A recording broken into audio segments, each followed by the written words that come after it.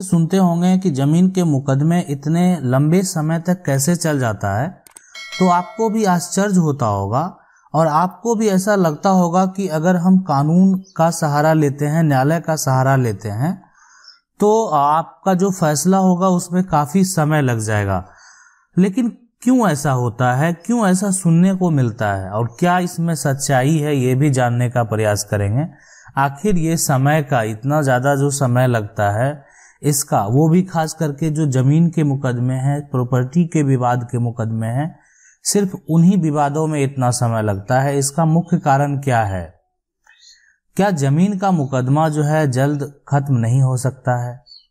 अगर मान लेते हैं कि आपका भी किसी भी तरह का, किसी भी प्रकार का अगर कोर्ट में विवाद है, तो आपको क्या करना चाहिए? देखिए, जब दो व्यक्ति के बीच में जमीन का विवाद होता है, तो वो दो व्यक्ति कोई जो है अलग लोग हो सकते हैं। अलग लोग कहने का मतलब है कि जो सामने वाला व्यक्ति है ना, जैसे ए और बी का विवाद हो गया, तो ए और बी में आपका कोई संबंध नहीं है, कोई मेरा वो ब्लड रिलेशन का लोग नहीं है, बस जो है प्रॉपर्टी का विवाद है। तो वो हो सकता है कि खरीद बिक्री का विवाद हो सकता है कि आप इनके पड़ोसी हो, उस तरह का कोई विवाद हो। लेकिन ये भी हो सकता है कि ये दोनों भाई भी है ना, तो भाई भाई का विवाद हो गया, वो अपना भाई हो या जो है एक तरह से कजन ब्रदर हो। तो यानी जो विवाद है वो भाइयों भाइयों का भी कोर्ट में होता है।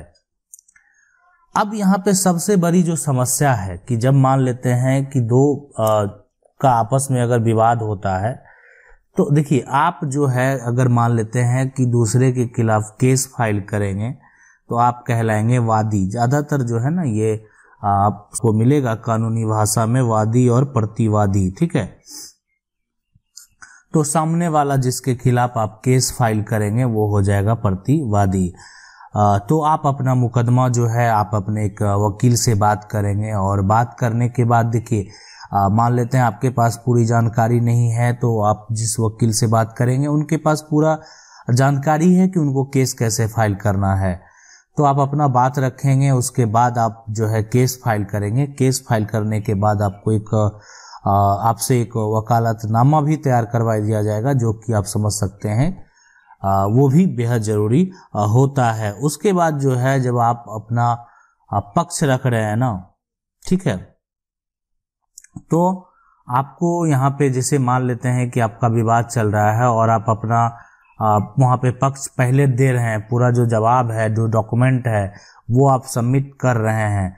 अगर उनको लगता है कि ये इनका जो एक समस्या है वो सही है, मतलब एक तरह से ऐसा समस्या नहीं है जिसका इस केस से कोई लेना देना है नहीं, सिर्फ लोगों को परेशान करना है, और इस केस में किसी प्रकार का कोई दम भी नहीं है जो ये केस एक्सेप्ट किया जाए, तो उस तरह के केस जो है एक तरह से रजिस्टर होने से पहले खारिज भी कर दिए जाते हैं। उसमें दूसरे व्यक्ति पे केस होता भी नहीं है, पहले ही खारिज हो जाता है। लेकिन जब मान लेते हैं कि आपका केस एक्सेप्ट हो गया, उसके बाद वहां पे जो भी पक्ष है, ठीक है, आप जो है यानी अपना जो भी जवाब आप सबमिट किए हैं, उसके बाद उसमें होता है नोटिस जाएगा दोनों को। ऐसा नहीं कि आप नोटिस जो जाएगा वो एक तरह से किसको किसको जाएगा, यानी वादी को भी जाएगा और प्रतिवादी को भी जाएगा, मतलब केस करने वाला को भी जाएगा और जिस पे आप केस किए हैं उस पे भी नोटिस किया जाएगा। तो नोटिस करने के बाद क्या होगा कि नोटिस में जो तारीख दिया गया है उस तारीख पे आपको वहां पे उपस्थित रहना होगा। मतलब आपको वहां पे अब अटेंडेंस जो है वो तारीख पे बनाते रहना है, और सिर्फ तारीख पे अटेंडेंस बनाने की जरूरत नहीं है, आपके तारीख पे क्या सुनवाई किया जा रहा है, क्या प्रक्रिया किया जा रहा है।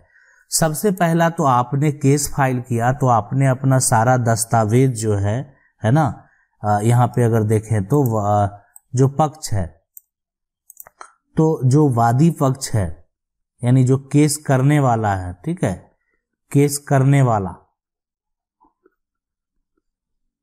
तो वो केस करने वाला का जो भी दस्तावेज है ना, वो क्या होगा, न्यायालय में जाके जमा हो जाएगा। आपने केस जब फाइल करेंगे तो आपका जो फाइल होगा उसमें वो दस्तावेज आप जमा करेंगे।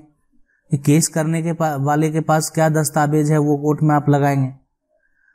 उसके बाद आप जो केस फाइल किए हैं, प्रक्रिया चालू होगा, तो उसके बाद जब नोटिस दोनों को किया जाएगा, वादी और प्रतिवादी को, है ना, जिस पे केस हुआ है, जिस पे केस हुआ है, तो अब ये दोनों को, अब आपने दस्तावेज तो शुरू में ही दे दिया, अब जो है प्रतिवादी के वकील को भी दस्तावेज के साथ जवाब देना पड़ेगा। आखिर जो आरोप आप पे लगाए गए हैं, जो संबंधित जिससे संबंधित आरोप हो, क्या वो आरोप सही है, क्या वो आरोप ऐसा तो नहीं है कि जिस निराधार है, किसी तरह का उस पे सच्चाई नहीं है, तो वो बात आप क्या एक्सेप्ट करते हैं, तो वो आपके वकील को सबूत के साथ जवाब देना होगा।